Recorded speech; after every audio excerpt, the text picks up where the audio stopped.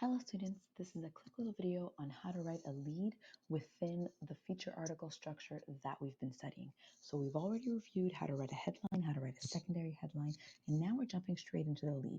So I want you to take a second and think in your mind about the last time that you read a newspaper article.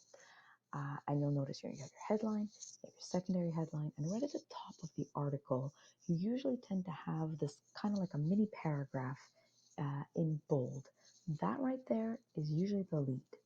Leads are short, they're catchy, they're fun, and it starts to focus the message in on specifically what your article is going to be about.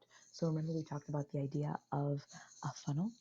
Um, your headline is the widest point, and then your secondary headline starts to narrow in just a little bit.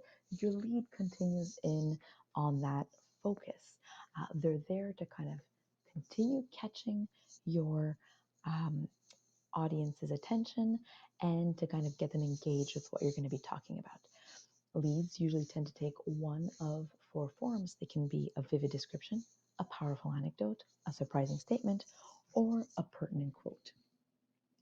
And if you jump to your teaching booklet, the teaching capsules that I have already handed out to you, you can have a look at this example right here. So the headline was, "We don't want homework, no time for homework with part-time jobs, say teenagers." That's the secondary headline. So you see, we don't want homework is more general than, oh, now we have the part-time jobs element being added in with a secondary headline, and we're going to jump to the second column over here with the leads. So vivid description is the first that we're going to look at, and you have one right here. "Alone at night, working until 2 a.m. to finish a French text comprehension. William is exhausted." So that right there, it paints a very clear picture. There's like some imagery in there as well. So you're engaging your reader based on how they feel. You're painting a mental picture for them.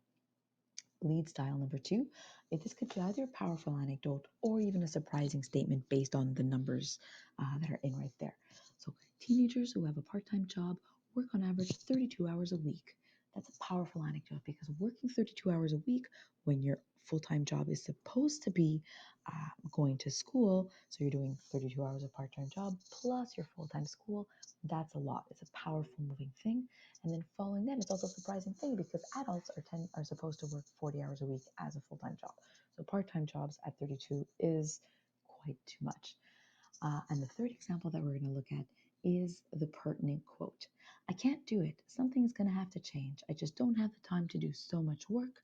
Here we are quoting arguably a teenager from within the article that we're looking at, and that person is trying to move you based on their lived experience. That's it for the explanations. If you want to scroll down and have a look at the document as well, you will see some exercises below that I would like for you to complete.